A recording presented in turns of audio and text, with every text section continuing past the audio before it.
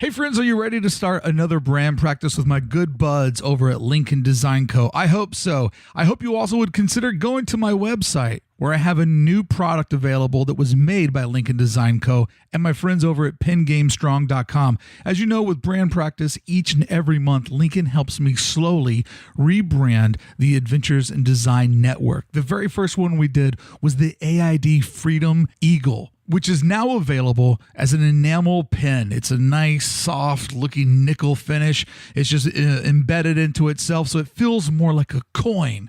I love it. It's so fantastic, and it was created by my friends over at pengamestrong.com. If you go over to pengamestrong.com, tell them Circle of Trust, tell them Adventures in Design, you're going to save money on your next order. You're never going to pay for shipping. You're never going to find hidden fees.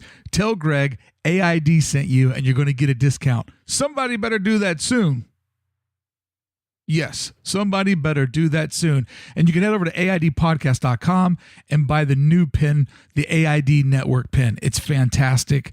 Thank you, Lincoln, and thank you, Pen Game Strong, for helping me make such a fantastic product. Today's show is made possible by Jack Prints. That's jakprints.com. Don't forget to use Jack Prints for all your printing needs. Whatever it is you're trying to make, they're making it for you, and they'll even help you make a profit if you're brokering business in the middle, right? You go to jackprints.com/circle of trust. You save money by going to their website when you listen to this show. jackprints.com, circle of trust. Save on your next printing order. And don't forget, if you need to do something for your clients, always broker the deal and make some of that sweet, sweet passive income as the man in the middle.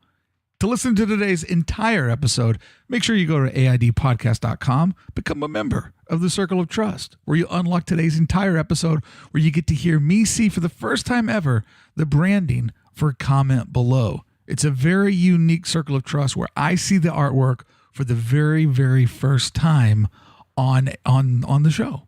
So think about that. We literally recorded a client seeing their work right out of the gate. A lot to learn about being a client, even more to learn about being a designer. To hear it all today, go to AIDpodcast.com, sign up, become a member of the Circle of Trust. You'll unlock our archive and get full access to today's show. And while you're there, make sure you buy the new AID Eagle pen, the AID Network logo designed by my good friends at Lincoln Design Co. Fire open your browser, make a tab, AIDpodcast.com, become a member of the Circle of Trust, buy the pen, make another tab, go over to LincolnDesignCo.com/brand practice, where you can follow along with all of today's artwork. What do you say we get started? It's brand practice. Comment below with Lincoln Design Co. You're listening to the AID Network.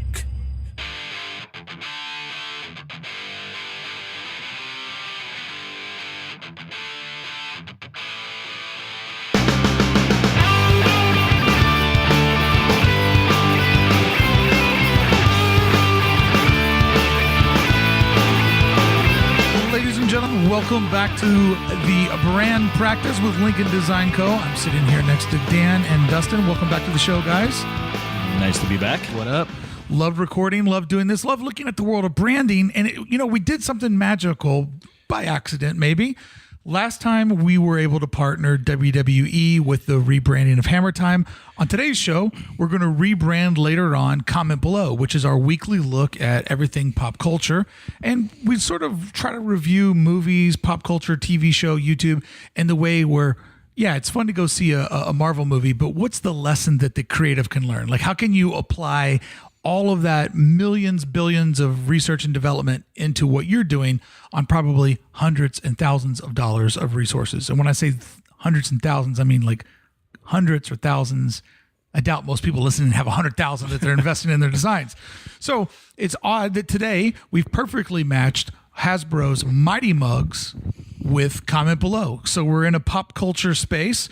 We're looking at Star Wars. We're looking at Marvel. We're looking at the toy version of a lot of the movies that Sean and I love to dissect, not only how the films roll out, but the business behind them. Like, to me, the most fascinating thing about this rebirth of Star Wars is the puppetry behind the scenes. They have this mega big $1 billion brand that they bought. the world loves it, and they're just trying to dial it in and put the best product out ever. I mean, if you think about that from the perspective of a creative, what would be more stressful than trying to take something that everybody loves and keep them in love with it? Not an easy thing to do. No. And what we're looking at with today's first project we're looking at is Mighty Muggs, which is pretty interesting because it's, we've seen toys in this space before. Actually, we've seen this toy in this space before. Dan, this originally came out a while back, right?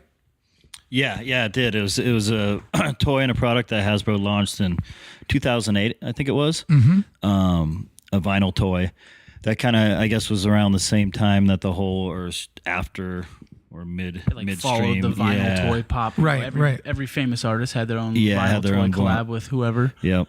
So it's almost like Hasbro kind of brought that vinyl toy to the mainstream when they launched Mighty Muggs. Mm-hmm. And it did really well from what I understand for them. I mean, we have a ton of people commenting on their collections and all the different Mighty Muggs they have and everything. So, I mean, they had licenses with everybody from, Marvel and Star Wars and, all the who's. The whole deal. Yeah, G.I. Joe and everything. So, well, it makes sense for Hasbro to get in the business of a platform toy, because unlike if the three of us started to do this, we'd have to go out and seek the licenses. And, there's the explosion of Funko Pop, and that brand really didn't start to take off until they got the licensing all kind of dialed in and figured out.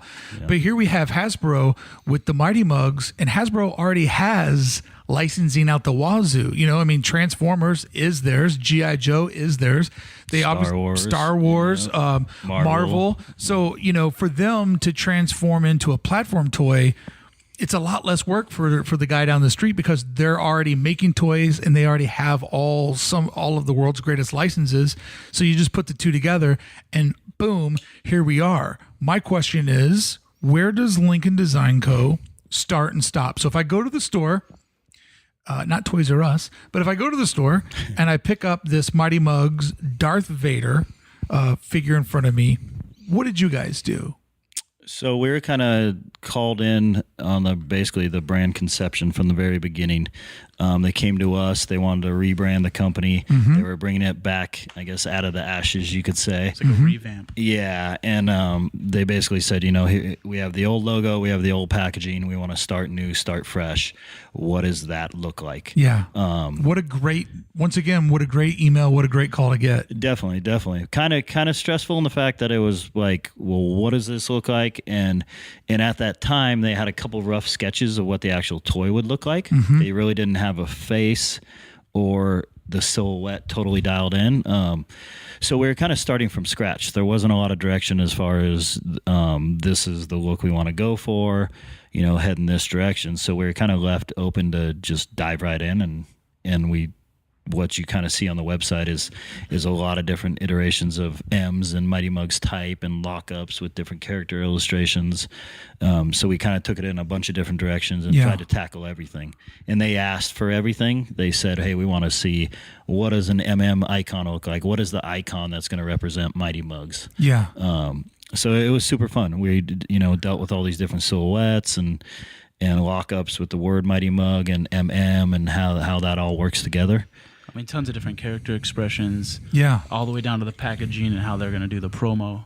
Right. I think we explored every option possible, and you can see they went with something that looked like it was cousins with the original logo. Yeah. So the original logo, for those of you that are looking and following along, it's over at lincolndesignco.com/brand practice.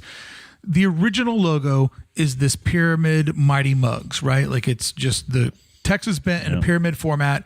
There's the old character that's a lot more basic and round, not so many parts, not so three-dimensional.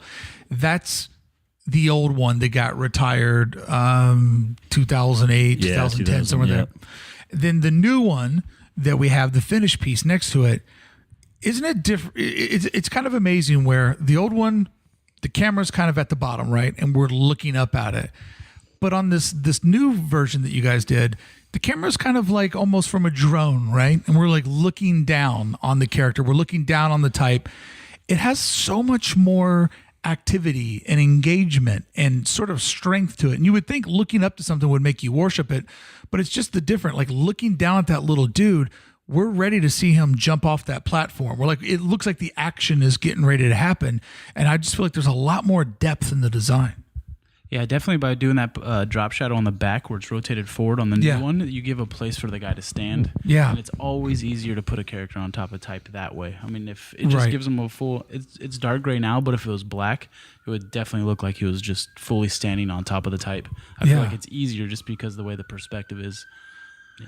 Do you guys do that illustration of the character? Yep. Wow. Yeah. That's really cool because it has such a nice look to it, depth. And, you know, one of the joys of being a kid and going to the toy store is the packaging. You know, the packaging is the promise of the good times that will be had. That Mighty Muggs logo, as an adult, it makes me excited to look at it. It's good art. But I can only imagine as a kid, like you want to just grab him off the top of that platform and get right into the action. Or in another way, and I don't know how intentional this was, if you're a collector, it already looks like he's lined up on the shelf, which is where I think probably 90% of these type of toys end up on the shelf. Yep, definitely. Okay, so we're looking at a slide, which is just tons and tons of experimentation of the actual logo. And it's always fun to sort of watch like every which way that you go at it, you know, M squared, you know, can we signify that there's two M's here, M stacked on top of each other, you know, one that's like Negative space. Six over where there's a negative space. And got the Maybach. yeah, that's so many different ways to go. But for something, there's always something that I enjoy about logos that are inside of containers. I just, there's something about the container or the badge that it creates a hierarchy. It also informs your eye of where there is negative space or positive space, what sort of design flourishes get added next to it. Like, to me, that's always what's going to jump out. Yep. Yeah, it's definitely easier to use that way for the most part. I mean, it's no brainer. Just to embroider that thing on the left chest and you're done. Yeah. Doesn't look like it's floating. Yeah, I mean, a good example is the Nike logo. There's no true center to it, but if they were to somehow fix that into a square or a rectangle, you will be able to center that item. Right. So when we look at all the exploration of the full logo, they ended up going with probably one of the more conservative picks. Were you guys excited about what they finalized on? Were there some of these wilder ones that you were hoping that they would pull? I feel like that's normal, though. We'll usually show wild to mild, and they usually want, the wildest thing possible, and they typically go with, the safer version. Yeah. I mean, if you, had a multi-million-dollar company, you'd probably 100% keep it safe, too. So isn't that kind of our responsibility to shoot past their expectations and also show them something that's real bare bones? So then all of a sudden, anything that's in the middle starts to seem very reasonable. Definitely. But yeah, coming back to the type, I do like the type. I don't think it's that bad. I think it's nice and chunky. I feel like it feels like the character looks. For sure.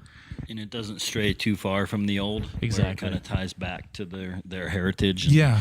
You wouldn't be super confused, going, well, where'd this come from? Yeah, it just looks like a revamp, which is good. Yeah. It's still got the extrude and the depth. The character's still on top. Yeah. The hierarchy's normal. There's definitely some others, like most projects that we would pick out to use. Yeah, for sure. But well, the great thing about the one that they did use is that its basic silhouette is a rounded rectangle. Yeah. So you're not going to get into like, oh, cool, they picked this one that's got a lot of weight over on the left-hand side. Yeah.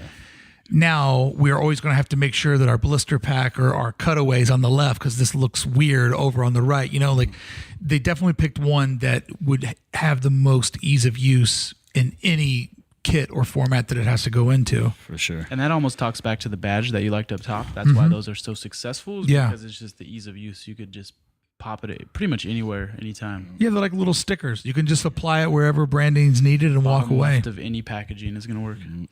So you guys worked on the actual branding, figuring out what the mini logo was, what the typed out logo was, and then you also get moved over to the packaging. And was that stated up front that they wanted you to do branding and packaging, or did the project evolve? No, they came to us with kind of the whole kit. We jumped into the packaging simultaneously with the branding. Okay, that's cool. Yeah, Yeah, so we kind of we basically went through the whole branding exercise and then picked out the ones, sat down here in the studio, picked out the ones that we thought worked best, applied those to the packaging, and then at the same time we're asked to illustrate the characters. Yeah, some character development. Yeah, so we were doing that at the same time as well, and then applied those to the packaging, because in the beginning we had nothing to work with for the packaging. There was no character art that they supplied us with, so we had to basically illustrate all that ourselves.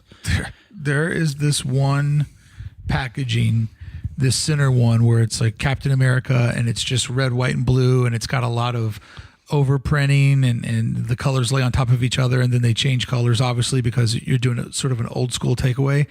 This is fucking awesome. Like, I love it so much. Okay, so here's an interesting thing about the packaging. You guys got to decide the die cuts? So we did. So basically, we were given the template from the older toys, the 2008 toys, that box template. From that box template, we could cut the window any way we wanted, or the die cut of that any way we wanted. So when we were doing designs, we kind of took that into account. But at the same time, they weren't sure if the box was going to be that shape in the end. They had this new toy. They didn't have a prototype. They didn't even know if the box could be that size. Yeah. It was just exploration at that point. Yeah. I mean, if you even look at what we did, we have different treatments between there's a craft paper, uses of foil, different type of windows. Spot UVs, everything. Yes, exactly. So we were definitely focusing on typical printed packaging, and they ended up coming out with a clear. Yeah, big clear plastic box, basically, instead of a cardboard box. Yeah, it's like the character sits inside of this little acrylic dome. And I guess this has to do a lot with their big idea this time around to make the toy different than anything else on the market, is that when you push down on the head, it switches over and it gives you a different expression or a different face view, correct? Yeah, correct. And that was the challenge when we started the project, was illustrating the characters and explaining that process of this head spins, and when it does spin, it gives you a different expression. So I think in the end, when they got close to doing the packaging, it was more about, okay, how are in store you going to be able to actually spin this head? Yeah, because that's the engagement moment with the kid. The kid spins the head, and then they're like, I want this. Yeah. I've been sitting here spinning the head for like 10 minutes. Well, I thought it was only going to be 2 faces, but it's actually 4, right? I think it's 3. 3? Is that what face 1? Now Darth Vader is laughing. Now he's mad. Now he's back to being straight up. Yeah, 3. Interesting. Right? Yeah. Interesting. Yeah. My mind would always go to 2 or 4. I would never see 3 coming. Right. Okay, so here's the great thing about being both the branding guy and the packaging guy, because a lot of us know the struggle of being a designer where, hey, we got this rad packaging job for you, but it lands in your lap and you have to use all existing logos. Yeah. And the work that came before you isn't that strong. And you're like, man, this could be so much better if they called us up at ground zero and let us build it the whole way here. Like, everybody hates that part. Yep. So to be able to start at the beginning is a true blessing, because you have your finger on all of it. You know what I mean? Like, where it goes. So even though they ended up abandoning the box, we still have this cool rip apart paper type vibe. Almost, it's like it puts Darth Vader kind of in his world. It also, to me, feels like it's Christmas and you just ripped off the top wrapping paper. You're like, yeah, I got the thing that I really wanted. Yeah. And then I love that you guys have done these monochromatic background hits, which places Cap and Darth Vader in an environment that we're familiar with them being in. Yeah. And then from that point, we were asked to develop a bunch of patterns that would support the logo and the packaging.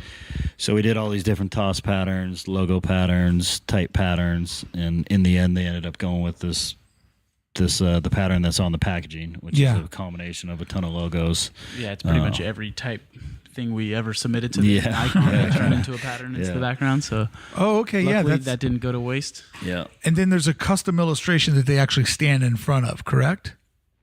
I mean, Darth Vader is standing, the backer. We never opened these. You can't open Maybe them, we should take that out. I mean, Darth Vader is definitely standing in front of some sort of Star Wars type graphic, right? It's just a burst, isn't it? Yeah, it's like a burst. And then Cap is definitely standing in, it's the same burst, right? No, it's a different burst. Oh, dang. Yeah, we should take them out. The Captain one looks like he's more like coming from a comic book, and Darth Vader looks like he's standing behind some sort of spacecraft. Yeah. I mean, I don't want to come over. He's in the Death Star. Yeah, I don't want to come over here and open up your toys, but I mean, come on, guys. All right, so once we get past the branding, then you guys moved over to the packaging. Is that how it went? Yep, we started with the branding, did some icons, a little bit of character development, started with the packaging. When doing the packaging, you needed character illustrations, so they had already, Damaso and Brandon started that. Got it. Used that on the packaging. Once that was pretty much wrapped up, started to do some advertising, or how we would propose to do some advertising. Mm-hmm. So we came with some posters. You'd see these typically posted all around, Melrose and Hollywood Boulevard and whatnot. Yeah. So came with what we thought would be, current with the time. So. Yeah. And they ended up going with the poster that I said looks like it would be in a gallery in downtown LA. There you go. Yeah. I love this thing. Yeah, it's the one right above it, though, where the one color, That's the one. Same illustration. Got it. Yeah. Got it. Okay. But, yeah, they different treatment. They went in that direction. But all of them that was actually one of the funnest ones to do, because if this whole project had no rules, that had the least amount of rules. So The poster part? Yeah. Yeah. That's awesome. They just kind of gave you the freedom to let it go. All right. So when you work on something like this, do you divide it up into different categories? Like, we're just going to work on branding first, get that dialed in. Like, we want to have approval from them before we go into packaging. Like, do you divide it up into steps so that as you're moving forward, that you're not doing any work you got to backtrack on? The timing was so tight, as usual. Yeah. On this stuff, that we kind of jumped in on all of it at once. We worked on the icons, branding, and patterns kind of as one big swoop first. Yep. Got them to look at that. Yep, sent that over. As they were looking at that, dived into the character illustrations and the packaging, and we pulled out the type and the icons that we thought were best to use on that packaging. So as they were reviewing the logos, we were working on the packaging at the same time. You show them the second illustration, they're already going to give you a little bit of feedback on that first round of type. Yeah. So then you're going to give them that revision. They're going to come back with a couple more changes.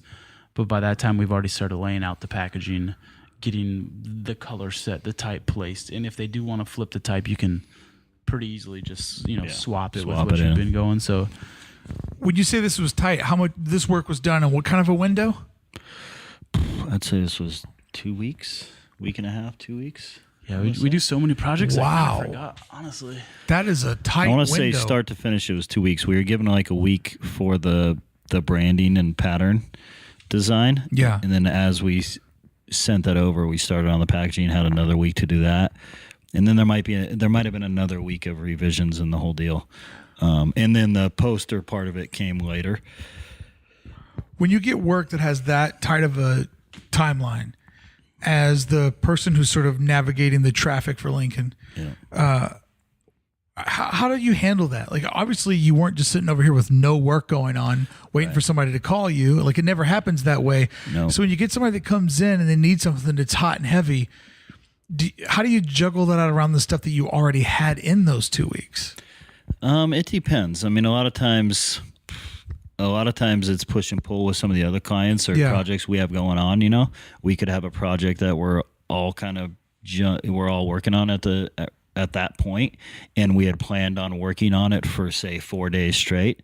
This comes in, and it's like, okay, hey guys, we got this quick hitter project. It's a great project, a good project. Where are we at in the stage of project A? Yeah. Look at it, sit down and go, okay, we're in a good spot. We're about 80% done. We don't need another 2 days on this. Yeah. Let's wrap this up end of day today, early tomorrow, and let's jump on the Mighty Muggs stuff.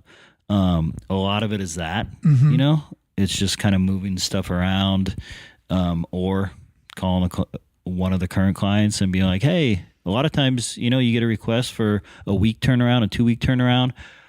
You think you can hit that date, you get halfway into the project, something like this comes up, you call the other client and go, hey, is there any way I can push this out another 3 days? They go, oh yeah, no big deal, we really don't need it. And you're like, damn, you had really originally told me you had to have it on Friday. Yeah. Now you're cool with it coming in on the next Wednesday or Thursday. Yeah. So it's different for every project, but for the most part, I'll contact the current clients and see if I can move things, Behind the scenes of Lincoln, one of the things that impresses me the most about the way that you guys run the shop, and it's probably one of the most unique things about you guys, is like we're in the middle of recording. 2 guys just left because it's 5:00. Yep. And I've been here before doing work with you guys. And like, oh yeah, but we're out of here at 5. And in my mind, I'm thinking, oh, it's a design studio. These guys are here till 10 o'clock every night. Like, Dan, how do you guys maintain the out the door by 5, everybody here at 8 and 9? You guys don't work weekends. I mean, I'm sure there are exceptions to the rules when, 2 of these hot and heavies land on top of each other. But it seems like consistently you guys get a lot of work done and make it home on time. How the hell do you manage that? Like, it's quite impressive, and I don't even think you guys know how rare it is. I mean, to start with, Dan comes in at 5 a.m., not 8 or 9. Okay. So when y'all are sleeping, cuddled up, I get up at 5. he's here making logos. Yeah. We'll start with that. I get in early. What do you do when you're here and nobody else is here? It's Make great. logos. Yeah. No bugs. Is that your design time? It's quiet. Yeah. I mean, that's when I get all my emails. I can have all my emails answered by 7:30. Yeah. So the rest of the day. He's answering questions from all of us and then clients, and then, every which. Yeah. Sending out emails to these guys. So when they get there, they have the info. Yeah. Yeah. So, I mean, it's something that I came from, working at DC Shoes, and we would have, a ton of catalog deadlines and advertising deadlines for the ads. Right. And those were like drop dead deadlines. Like, you're not fucking going home. We got a 200-page catalog with 50 new shoes. You got to clip them all out, and it's got to be in the catalog, and no one's fucking leaving for the next week until this thing's done, And I hated that. I thought that was just bullshit, Yeah. So when I, had my own studio, I've always made it a point that, like, I think for the most part, you should be able to go home at 5, maybe 6, and these guys work pretty much through lunch for the most part. They'll go downstairs, eat a sandwich, 10, 15 minutes, do a couple laps on the ramp, and then they're back at work. Yeah, you guys aren't doing the whole dicking around, like going out and getting burritos on the other side of town at a hipster place where you got to wait in line for an hour. Yeah. Like, I've seen it go down. It's pretty fucking efficient and amazingly blue collar in the way that it's designed and set up. Like, it doesn't feel like, well, we just work when we feel inspiration. Yeah, exactly. It's almost the opposite of that. It is the opposite of that. You work through that, you know what I mean? Yeah. I think if you're a real working class designer, you just work through all that, and it's almost judged like, how good are you on your best day? Because we're all good on our good days. So it's like, on that day you don't want to design, like, what does your logo look like? Right. And I need 2 or 3 that day. But I also think that a thing that a lot of people miss, and I always bounce back and forth. I'll go through 3 months of the hardcore schedule of, like, it's the weekend and I don't work. Right. I've already done my 12 hours for the day. My schedule is 7 a.m. to 7 p.m. Mm-hmm. If it doesn't get done in 12 hours, it wasn't important. It can wait till tomorrow. Right. But you get into this weird grind where you can think that you're getting ahead because you're staying up late and you're doing all these weird hours. But I end up feeling like a lot of that becomes sort of the pageantry of, I'm the guy that's working while everybody else is sleeping. Right. And I can't even watch TV, and I don't even know what my wife looks like anymore. And I forgot what my kids' names are because I'm dedicated to design. Yeah. And I think that the harder you go down that road, the less productive you are, because you guys are out at 5. You get back in here at 5, Dan. You get here, what, 8, 9? 8 o'clock. 8 o'clock. Okay. So you've actually had a healthy amount of time to reset your brain, to do other things, to actually think about design when you're not forcing it in front of you. Like, I have a feeling that the slow and steady, like, the 8 to 5 is probably more productive when you look at 365 days in a row versus the going hard for 3 weeks, doing 80, 90 hours, then just burning out for 2 days. I think that if you judge the efficiency per hour, it's got to be more efficient to take the time off and give the brain the break. For sure. Yeah, I you think can't, so. You can't redline the whole time. You're No. gonna blow the motor. But Yeah. there he goes. But I think like you're gonna miss a lot of times that we are working at home still. You know what I mean? Yeah. You're gonna have Jordan come in and be like, "Oh, I was tweaking," like because like they have pride. So he's working on some pedals and he came in with some dope pedals, and I'm like, "Oh shit, he did work 3 hours last night." But isn't it better to go home and be like, this TV show's bullshit. My girl's already gone to bed. I'm gonna pull out my laptop and fuck around. Like, Totally. isn't that a healthier? If I want to, I'll do natural. this. Exactly. Yeah. That's a healthier mindset than Yeah. like, fuck, like I really want to hang out with my kids and watch this TV show or this movie. But if I don't get to, like, if I get to my desk at 7, I still have 4 more hours. And then you're living that life. You're like, okay, so if I can fall to bed at 2:00, then I get up at 5. That's just, that's no way to live your life. It's almost more of a pride thing where you're like, oh man, I really want to make this a dope logo. Like, you know, Davey's in here. I want to battle with Mighty Short on this one, or Jordan, or such and such. So it's just like, you know, we have a project coming up with whoever, Benny Gold, and it's like, we gotta, you know, I gotta take out Davey on this one. You know, this one's for me. So I think if the after hours and all that other stuff, it's just kind of how it is. So to give people an idea, we're recording this earlier than its release date. Yeah.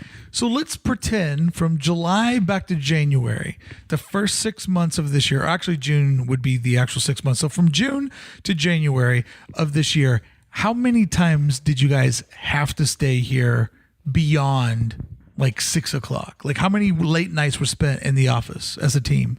None. 0. No, there's never like you have to, but 0, it's more like this is due today or whatever day. This is due on Wednesday, and you know, just have it Wednesday. So you know kind of what you, and I need this X amount, so you almost know what you need to do. So it's easy, you know, you can just kind of. And no weekends.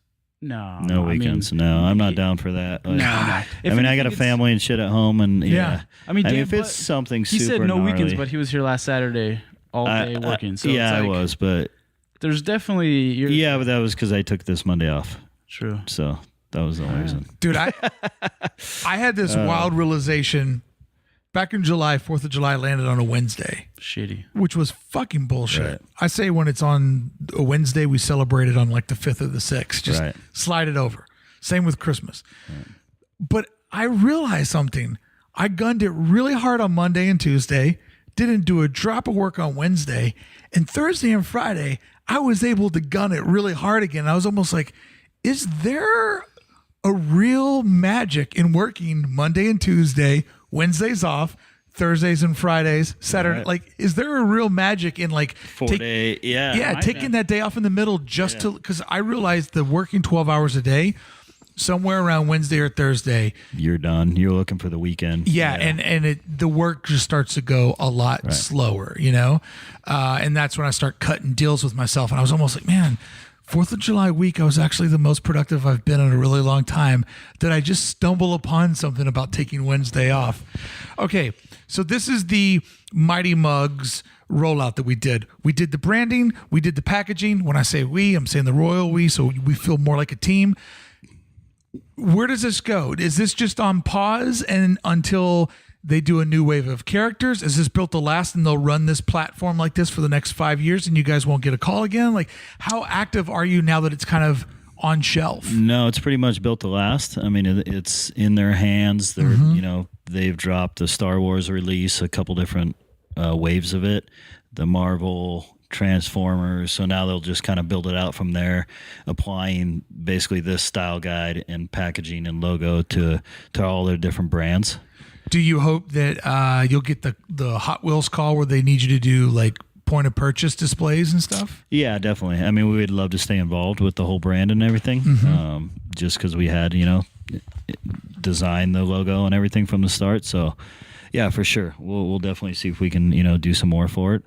I mean, they may be coming back. You know, when they drop Series 2, they might need to update it on the pattern. So, quick little revision. And what a great relationship you guys have had with Hasbro. Yeah, no, it's good. I mean, what a fun company to keep getting emails. Oh, hey, we're doing this. We're doing this.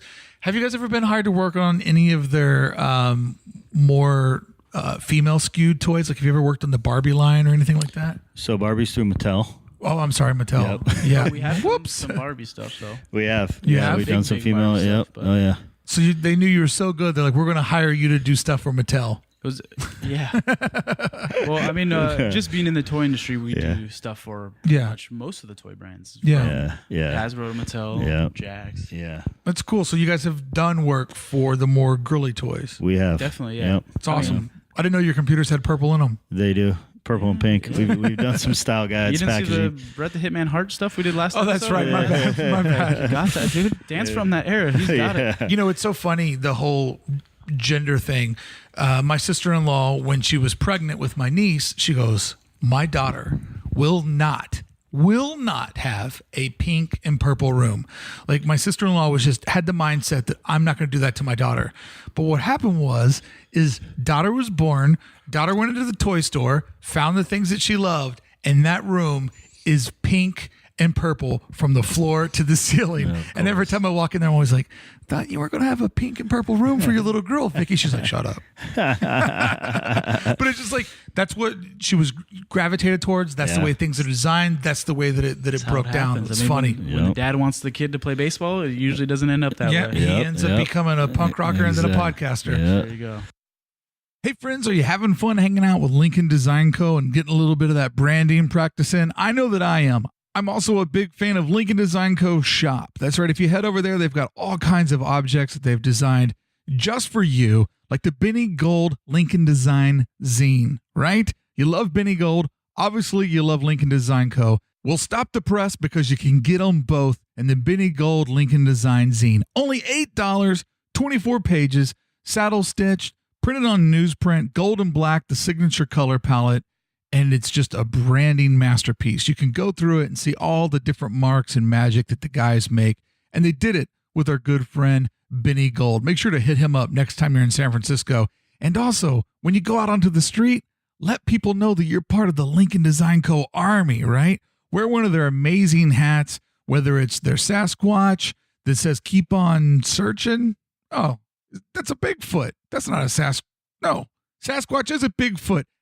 Who cares? Keep on searching, or one of the many other hats that has their great logos on it, or be an undercover Lincoln Design Co. fan when you wear their USA hat. I love the USA patch. It makes for a beautiful hat. You wear that, people are like, oh, that's a guy that loves freedom and Lincoln Design Co. And really, don't you want to be seen as the guy that loves freedom and Lincoln Design? Head over to their website, head over to their shop, get a little something fancy for yourself. And when you do, tell them that you heard about this on Adventures in Design and that you love listening to brand practice. What do you say we get back into part 2, Maxxis Racing? All right, so moving on to our next project today before we get into the actual branding of Comment Below. You guys, this is a weird one. You got hired to work for a tire company. Yes. Which, for most people that just drive cars, the thing that you're least excited about are your tires. Until you drop the money, you put a set of new tires in the car, you get the car aligned, and you drive it away from the car or the place to put the tires on, and you drive home going, oh my God, new tires is like the greatest $700 I've ever spent on my car. Like, it makes such a huge difference. Until that tire goes flat. Yes. Then you worry about it. So now you've worked for Maxxis Racing.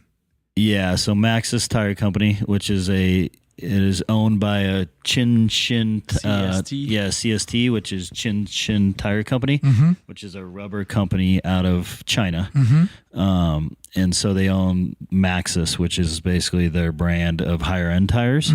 They make tires for cars, off-road trucks, trailers, motorcycles, mountain bikes. They're a rubber quads. company. It's a rubber company. Anything you need rubber for. Don't talk to me like I'm an idiot. Don't forget, I did the Gambler 500. I've done some off-roading this year. In a Little Bandit. True. It's a mass market tire company. Tires are sold everywhere. Yeah.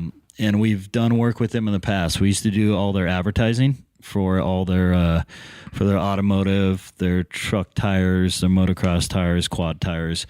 We did that for years and years and years. The last 3 or 4 years, they brought all that stuff in-house, kind of simplified everything, and have been running that through the in-house design department. So now we kind of get select projects from them. This one came across our desk about a year ago. to rebrand. Well, they didn't they actually didn't have a Maxxis Racing division at that time, so they came to us to brand the Maxxis Racing division, which includes their truck racing division. They have a bunch of trucks and ATVs or UTVs that they race. What's a UTV? Last episode we were talking about razors. A Polaris Razor. Yeah. So a Polaris is a UTV. Got it. Utility vehicle. So it's just like a golf cart on steroids. Got it. Oh yeah, They're badass. I've seen those. Yeah. They're fun. Okay, so with the racing, this is an interesting project, right? Because it could be very bro, but you guys designed away from that. But where this is interesting to me, this is where I think that this touch points in your career. So last episode, we talked about the Polaris stuff that you did, which is racing, and you guys were raised on dirt bikes. So there's an influence of that in there. But once again, I see your work from the Hot Wheels world work its way back into this. Like, it doesn't seem too far off of it. And even though people will be like, yeah, we got hired to do something for a tire company, this is really fun work. Like, this is really exciting work to do. Like, that would be downselling it, because what you really got to do is create not, 2-inch cars, which, don't get me wrong, Hot Wheels are sick. There's nothing better. But you got to design like the branding for a real race team, and the color palette that you went with or you were assigned to, the black, orange, and levels of gray, like super great palette to work with.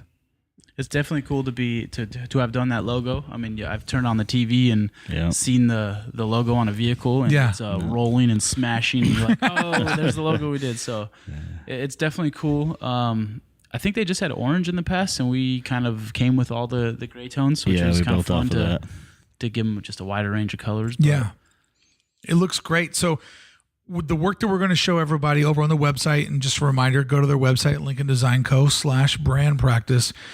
There's this panel where there's just a bunch of M's. Let me see, 5 by 1, 2, 3, 4, 5, 6, 7, 8, 9. So there's 45 of them lined up there. Be impressed by my math skills. You guys just knock these out, right? Like, this is just you flirting with how can we dial in the M, because the M is going to be sort of the main character of the race team. Exactly. We just typed out every M, and I think every guy did however many M's, and just went to town on. Jordan, Davey, and I just went nuts, and that's kind of what we came up with. I think they chose one of the better ones. Yeah, it's nice and symmetrical. Fantastic. Yeah. It looks like an M, and it also looks like a shield or a crest, which is always good when you can get that double play. All right, let me ask you guys this.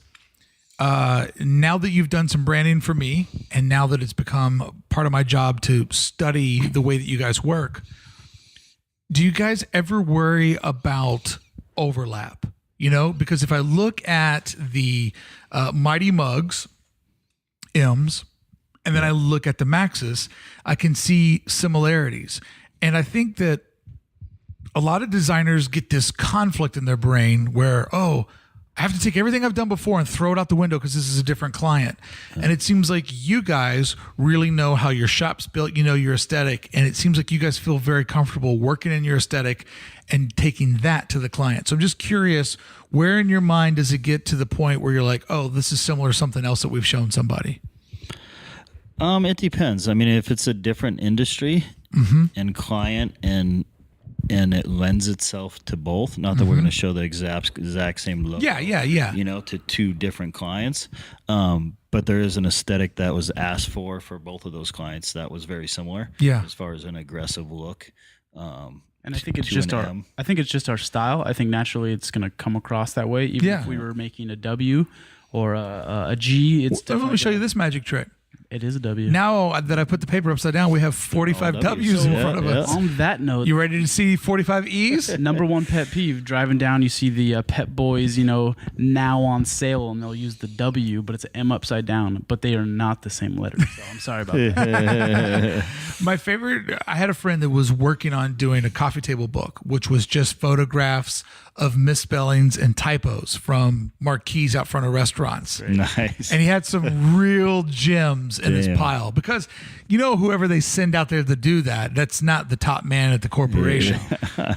Okay, but see, I think that's what I liked in your answer there, Dustin, was it's about the same style. Like you have a style as a designer. That's why people hire you. You follow that style. I also like that Dan said you would never show two clients the exact same thing or let the exact same thing go out the door.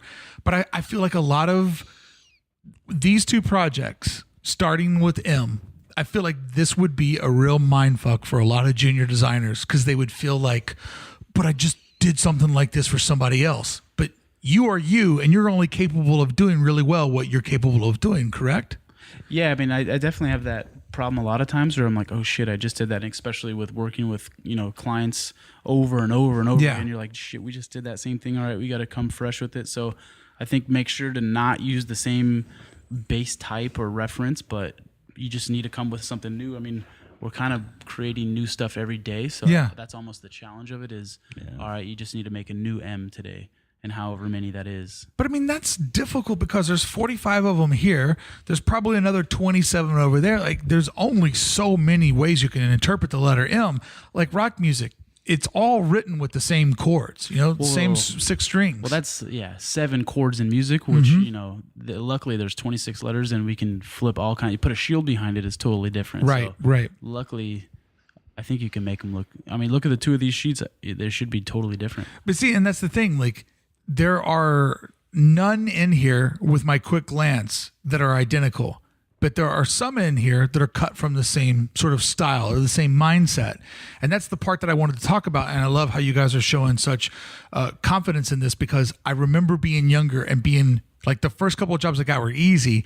Then the second couple of jobs I was like, do I have to reinvent myself for every person? And it just took a while to sort of figure out where that confidence comes from in creating the style, and by no means, none of the branding that you guys do for companies looks exactly the same, but the idea or the process to get there can look similar. Right. Definitely, yeah. I mean, if you look at the final versions of both of those projects, I don't think they look anything similar. No. That's a great point because the early steps are kind of the same sort of like sketching around idea, but the final point is very distinctly different from one another, which I think that goes to show this is the smart designer's way of working the problem out, but the final solution always has to be a custom fit. Definitely. Interesting. Very interesting to look at these together. By the way, I love the logo in the Maxxis Racing in one color, but the 2 color where the little top signature on top of the M, that character is a second color. That looks sick. Yep. Love that. Bringing in the orange. Yeah, I really love that a lot. On the chevron. And chevron, thank you. Yeah. Orange and black is just such a clutch palette. So did you also get to design some of the wraps for some of the vehicles? We did, yeah, for the race team. So Jeremy McGrath, he's an old Supercross racer. Oh, yeah, I love him. The king. Yeah, the king of Supercross. 72 Supercross wins. Yep. He races the Maxxis truck. Pro truck. Mm-hmm. Yeah, their pro truck. So we basically did the McGrath signature wrap for his truck for this season's races. I mean, not only is he an OG, but he was the champion last year, so it was great because he's driving around this year with the number won. one. So that's awesome. So the best part is the eyes are on this truck, and like I was saying earlier, you turn on the TV, the cameras focus on him, and he's rolling the truck, and my buddy's like, "Oh, you did that logo!" So it's definitely cool because they always have the camera on him, and he's kind of the. I don't know he's the man. He's almost the draw of the whole sport.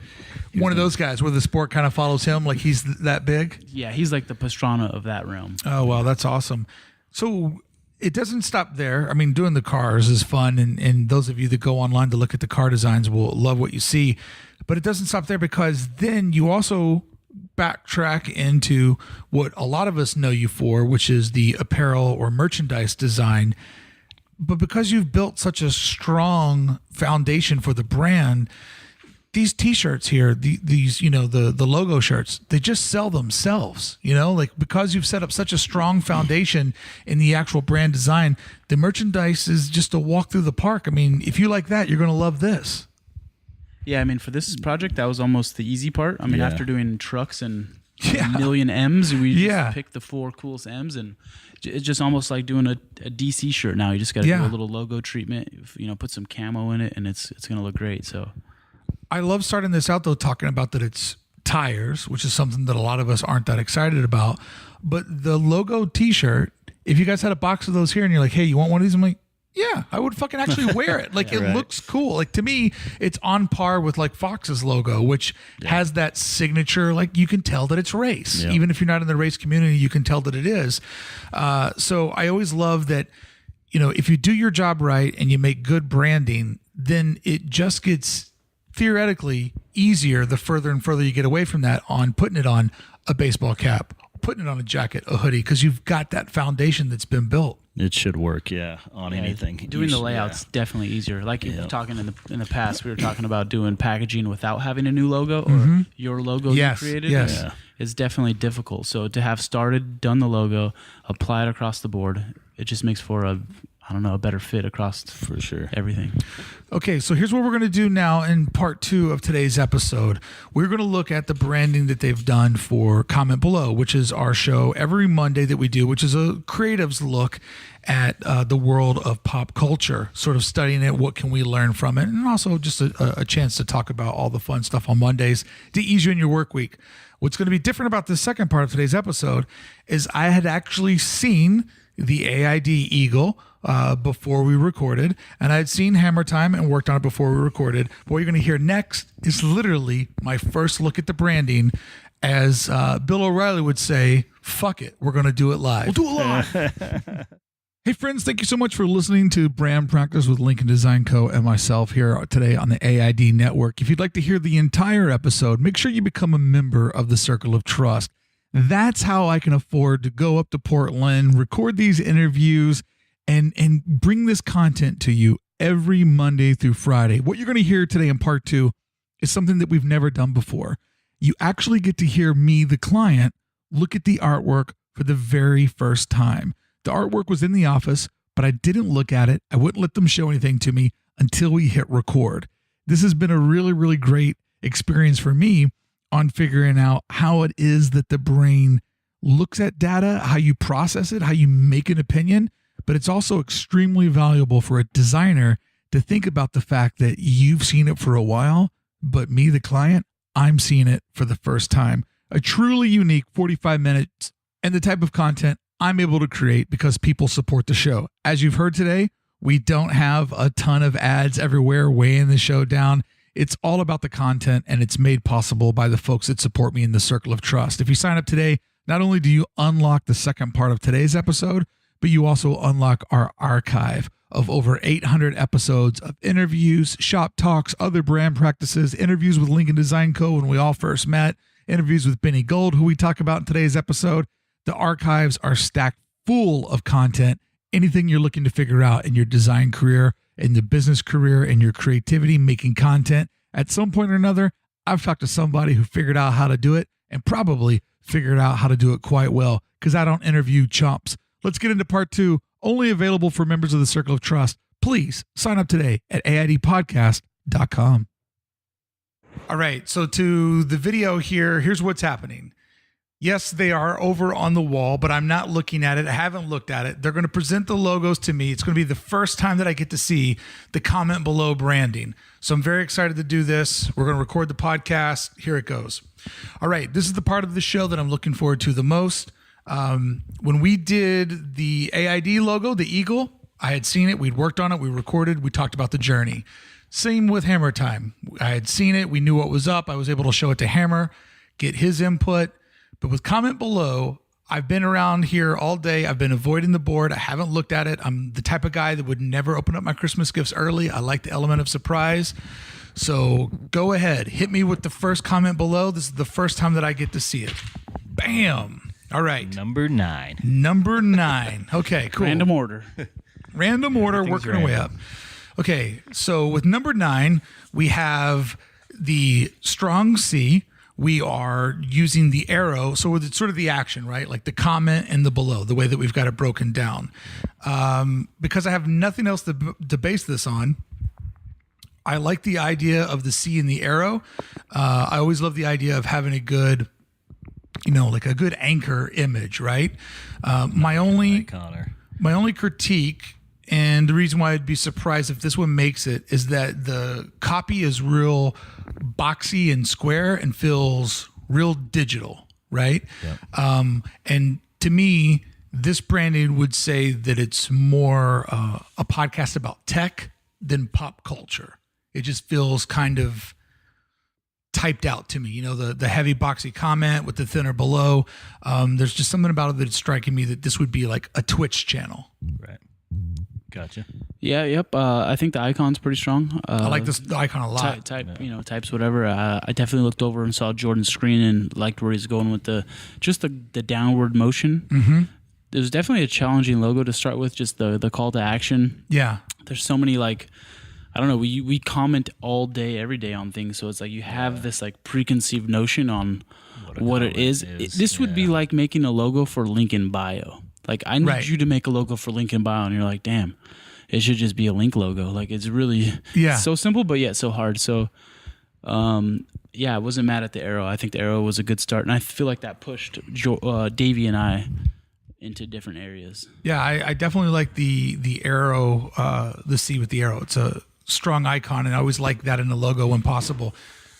All right, now looking at number 8. Ooh, the arrow shows up again. Okay, I'm feeling this one. I'm feeling this one a lot. All right, number 8. I'm loving this. Okay, 8-1, fantastic. I mean, you know, I am in Portland, so the lines are getting thick on me. But I see what you did there. Yeah, you know what I did. You saw it coming up Broadway. Yeah. All right, so I like the circle of it's great. Working in the comment bubble, the double arrows is really, really good, and I like the flows around there. That's a patch. I know that my partner, Sean Mort, would really enjoy that. 8B, that's a really nice flow. It looks like a talk show. It looks like pop culture in a podcast.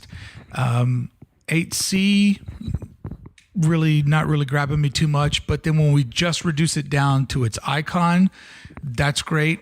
My only wonder is there any way where we can get that symbol to, you know, sort of be more part of the process? Because the double arrow on its own, I think that it asks more questions than it answers. For sure. Yeah. It definitely needs to be more ownable on the icon by itself.